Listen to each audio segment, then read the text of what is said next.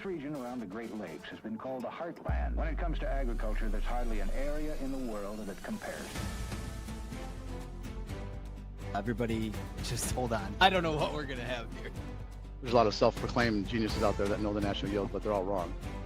Managed money, piling in. Double digits higher. So at this point, we're in kind of uncharted territory. There's a lot of money on the sidelines. So that was a crazy one.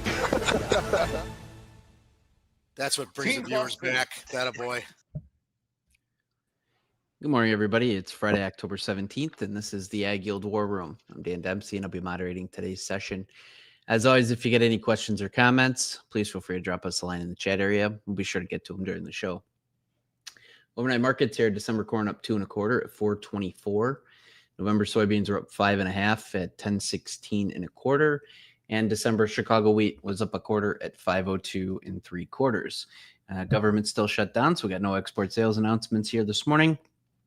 We are 12 settlements out of 23 are wrapped up for the harvest price discovery period for crop insurance. Corn is just under 418, 417 and change. Soybeans are 1015. So we're about halfway through settling that piece of the puzzle. Looking at markets here this morning, guys, last couple sessions, corn and beans looked good. I guess, Justin, maybe share a few thoughts here as we wrap up the week, and then we'll throw around the room. Yeah, Dan, I think, corn kind of held where it needed to for now. On a chart, it looks pretty good to me. I'm kind of on the bearish out forward mindset right now, but there's no new information. We're kind of stuck here with no government reports, no yield updates, a lot of uncertainty, and right now we're kind of trying to take out the high. I think we took out by 1/4 cent last week's highs or 2 weeks ago's highs. It looks like we should make a run and see if we can test 430 again to me in corn. And like I said yesterday, I think we've been stuck between, kind of 390 was too cheap, and there's enough demand there for our corn and all the government programs that kind of prevent farmers from selling, if you get too cheap. To if you get above 430, I think there's enough people that need to sell. So kind of curious to see what it does here. Like I said, there's not a lot of information where you're like, this is a no-brainer to buy or sell it here. I personally. Right. You see it Dece March and stuff like that. I mean, is that kind of a signal that we're not seeing a lot of farmer movement? I know we've heard basis improvement in some areas as well. Yeah, I think, beans, kind of being done, obviously people are going on beans first for harvest. And I think a lot more people are storing beans than traditionally, which we've talked about a lot on the show. Just, the incentives were there. And I think people are going to store as much as they can of everything for now, unless you get to some new price level. So we've been in this, look at, we're at call it 420s. We've been in there since June, kind of back and forth. So we've traded all these prices a lot of times. So my opinion, unless you get to a new price level, outside of the bushels that people can't store, that just have to be moved, not a lot of incentive. And then you got PLC prices not too far away from here. So kind of stuck. Yeah. Ben, what's on your mind this morning? Previous 3 Fridays, we've been lower, kind of a harvest trade with pre-hedging. Be interesting today to see if we could actually close higher. People get in the habit of trading certain patterns. I agree with Justin. It looks good on the chart. I'm not sure that I trust it. We are above the 50 and the 100-day. We spent multiple days going in September of trading back and forth on the 100-day. The 200-day comes in at 438. We know how much time we spent between 435 and 440, 445 back in the spring. So I'm just cautiously optimistic for the next maybe 10 to 15 cents, but I think that you would be hard pressed to see much more than that until we saw some data that could support that. But I think that would be a gift. So Very good. Anything else on anybody's mind? I mean, kind of a quick, not a lot of news, at least on the grain side, but I have one other thing to say, and I may have said it yesterday. yep. I think the way we got below the 50-day and we didn't see follow-on selling and no one there to defend it tells me that at least for now, I think that managed money does not want to sell like short heavily corn at these values. And maybe that is part of looking at some of the other commodities and going as a whole, I don't think I want to sell this. So we'll see. I mean, we should be next week, 70%-ish harvested in corn, right? 65 somewhere in. No one knows, of course, but just looking at and good progress, I think those would be reasonable numbers. And you wonder how that last 30% is going to be handled. Dustin and I had a meeting this morning, and I think it was close to 1 billion 900 million more bushels than we've ever brought in the fall. And that's based off a 180 yield. So it's a lot of volume. Yeah, I agree. I think the last third is where it's going to get interesting. So if you do have, let's say, you rally in the 430s, 440, just because, you really probably should take a look at that, because you could have a break into first notice day of December, just with the, because everyone's just kind of holding out for the unknown. But those aren't, you start getting the mid fours, those aren't cheap prices. I mean, we spent a lot of time where those were the highs of the year. And we can talk about costs and all that, but that, in the short run, that doesn't matter. So. Yeah, with the government shut down, we get no new information, so we can pretend that the crop's bad, and maybe it is, right? But if the momentum is up and there's no one to say that it's not bad, then the market can kind of feel like it is bad in the short run, anyway. Yeah, I think we've got enough information from our client base. The crop's not bad. It's good. It's a good crop.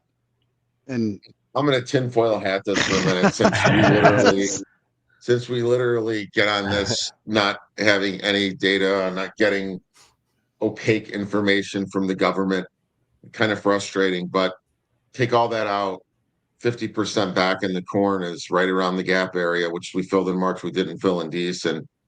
Commodity markets have a way of pushing someone out before it actually works. So I'm kind of in the camp that potentially, right, no crystal ball here, but we probably run some shorts in before we break it. And I would think that above that gap, you would find some people that are white knuckling shorts that are frustrated. That's probably where you want to step in and do something, whatever that may be. I'm not giving any direct advice on here or suggestions, but markets have a funny way of not picking a side when it comes to sticking it to someone. And maybe it's time for the shorts to get stuck a little bit for a minute, but I think it's an opportunity. All things being the same again.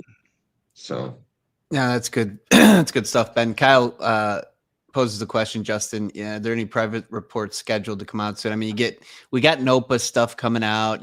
We had CONAB obviously earlier in the week, but outside of that stuff, all it is that the things that I see are people putting out blanket estimates. I mean, there were export sales estimates that were released this week. I don't know where you get it, but that's about. Yeah, I mean, obviously the ABCDs of the world have a pretty good idea what business is being done. Mm-hmm. But outside, to your point, NOPA, CONAB, but unfortunately there's just not. You get some good Pioneer numbers, in Iowa on harvest results or on plots. But as far as other good private reports, Kyle, not that I know of. I mean, S&P puts out their global outlook. They just, I believe, came out with one earlier in the week, but that's just, I mean, I don't know how detailed that is. It's more just broad brush.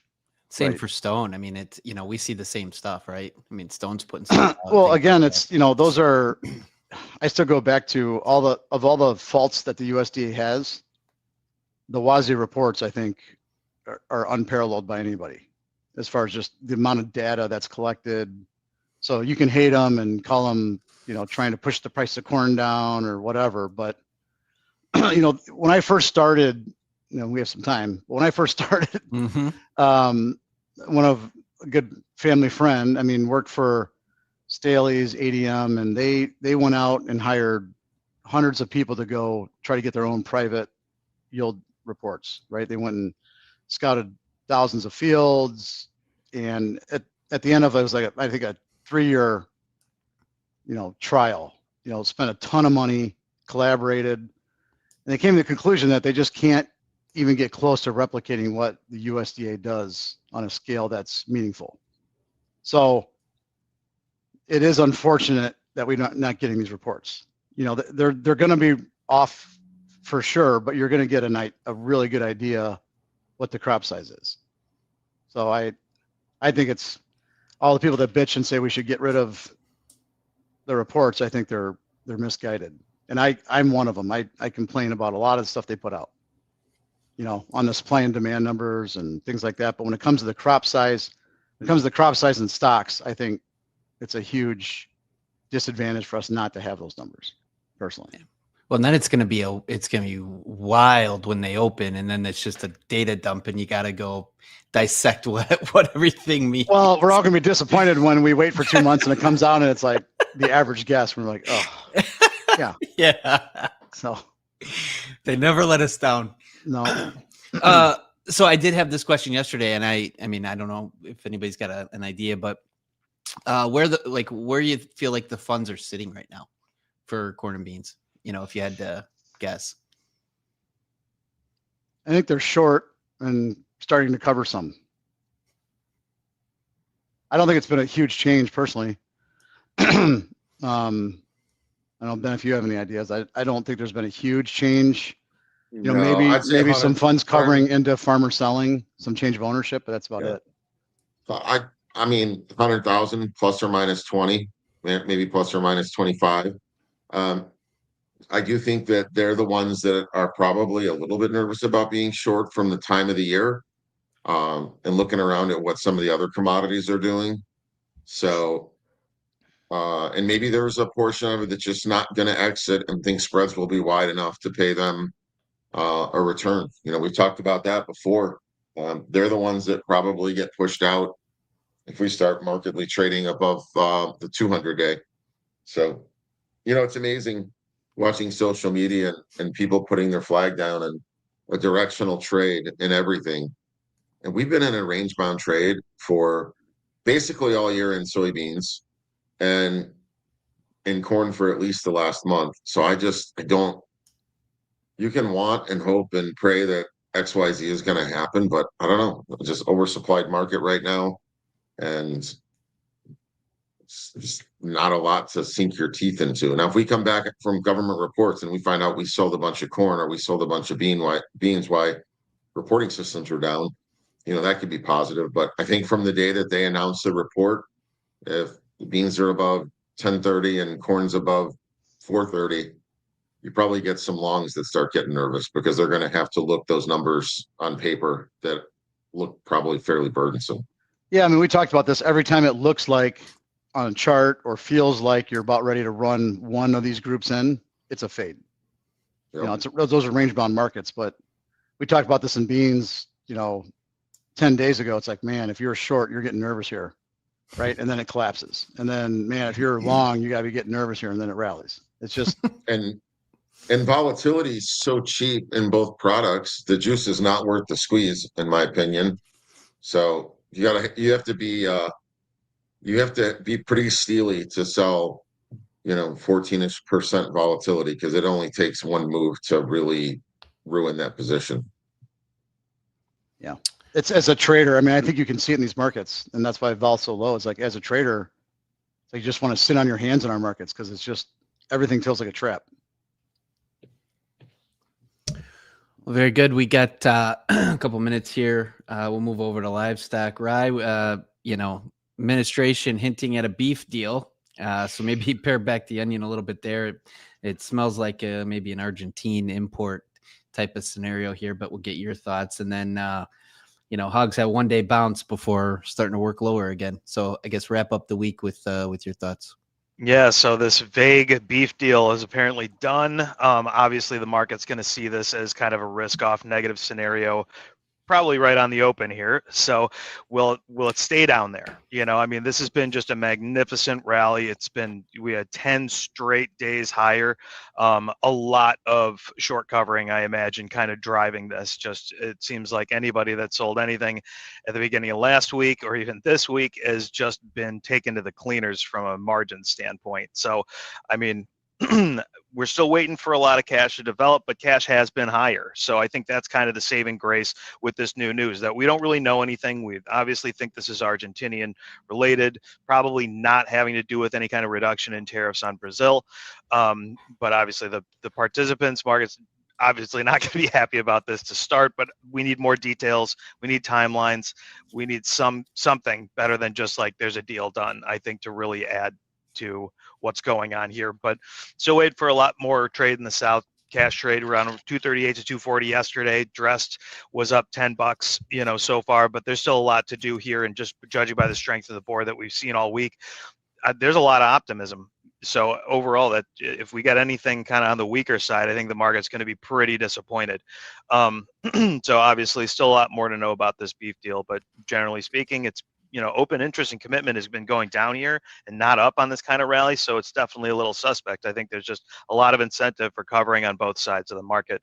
And then on hogs, still just cannot really find any support right now. I mean, cash it's still taking it on the chin here. We're down to 91.47. That was down almost $2. And so for the week, we're almost down about $5. So overall, you've got a lot kind of baked into the price structure here with the discount in December. We are starting to see things like hams, bellies start to kind of firm up right now. So maybe we can try to generate a little bit of support, but generally speaking, it's been a kind of a tough market here.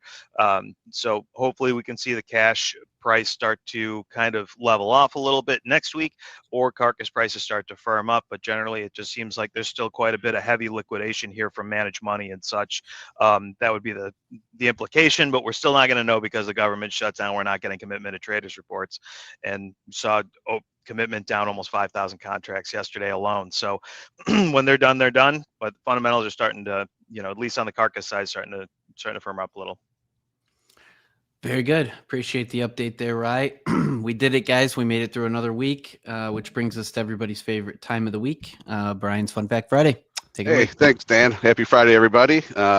Little guidance from our favorite backup host and director of marketing. I'm going to keep with the 500 theme. After hitting our milestone of our 500th War Room on Wednesday. So the significance of 500 is amazing. I mean, you hit 500 home runs, instant Hall of Famer, unless you're, Bonds, Sosa, or McGuire, a little PEDs, but, we won't get into that, but you hit 500 NHL goals, instant Hall of Famer. So I would like to say that we are in the Hall of Fame of podcasts. So let's look at some interesting facts of the number 500. 500 in the Roman numerals is the letter D for, you got that, Ryland? Dang, that's a lot. It seems fitting for anything. 500 of anything is a lot. So Spartans supposedly trained with 500 push-ups daily. Today we probably scroll through 500 TikToks daily. NASCAR Indy 500, the Great American Race, 500 miles long. That's just long enough for all our fans to probably eat hot dogs in their weight for that race. This one's good for Ryland. The 500-pound gorilla in the room means obviously there's a obvious problem in the room that everyone wants to ignore. I can say that about the grain markets right now. And then let's go to the $500 bill. Yes, this used to exist. Any guesses who the president was on the $500 bill? Trump. Trump's favorite president, though. Hoover. Taft. Mount. The tariff king. McKinley. McKinley. Yes, McKinley. Yes, that Tariff king. Yeah, if you still have one, it's probably still worth the $500 that it is. But and lastly, in the game of Monopoly, it takes you $500 to get out of jail. So Ryland, if you can get out of jail for $500, I mean, that's like a Black Friday deal for you right there. I could get out for less. Cost him $500 to get in, Jerry. But yeah, happy Friday, everybody. Have a great weekend and enjoy. Go Bears. Go Bears. Thanks, Brian. We appreciate everybody that tunes in on a daily basis. If you wouldn't mind, throw us a like and certainly subscribe. Doesn't cost you anything to do so, and I'll keep you up to speed on everything that's going on with AgYield. So again, thanks to everybody that supports the show. We're doing this live every day that the markets are open on X, Facebook Live, and YouTube Live, 8:15 Central Time. We'll get a quick rundown of the markets before we go here. December corn up 3/4 at 422.5. November soybeans are up 5.5 at 1016.25. And December Chicago wheat's down half at 502. Hope everybody has a great weekend, and we look forward to talking to you again next week. The War Room is proudly presented by AgYield. For over 50 years, the AgYield team has provided grain marketing and risk management solutions for growers across the country. Our veteran consultants harness cutting-edge technologies to pinpoint risk, optimize market performance, and protect your farm's profitability. Discover a new approach to farm revenue management at agyield.com. Hey guys, Jack here. Be sure to support the show by hitting the like button, leaving us a comment, and subscribing to the channel for all the latest updates. Thanks for watching. We'll see you next time.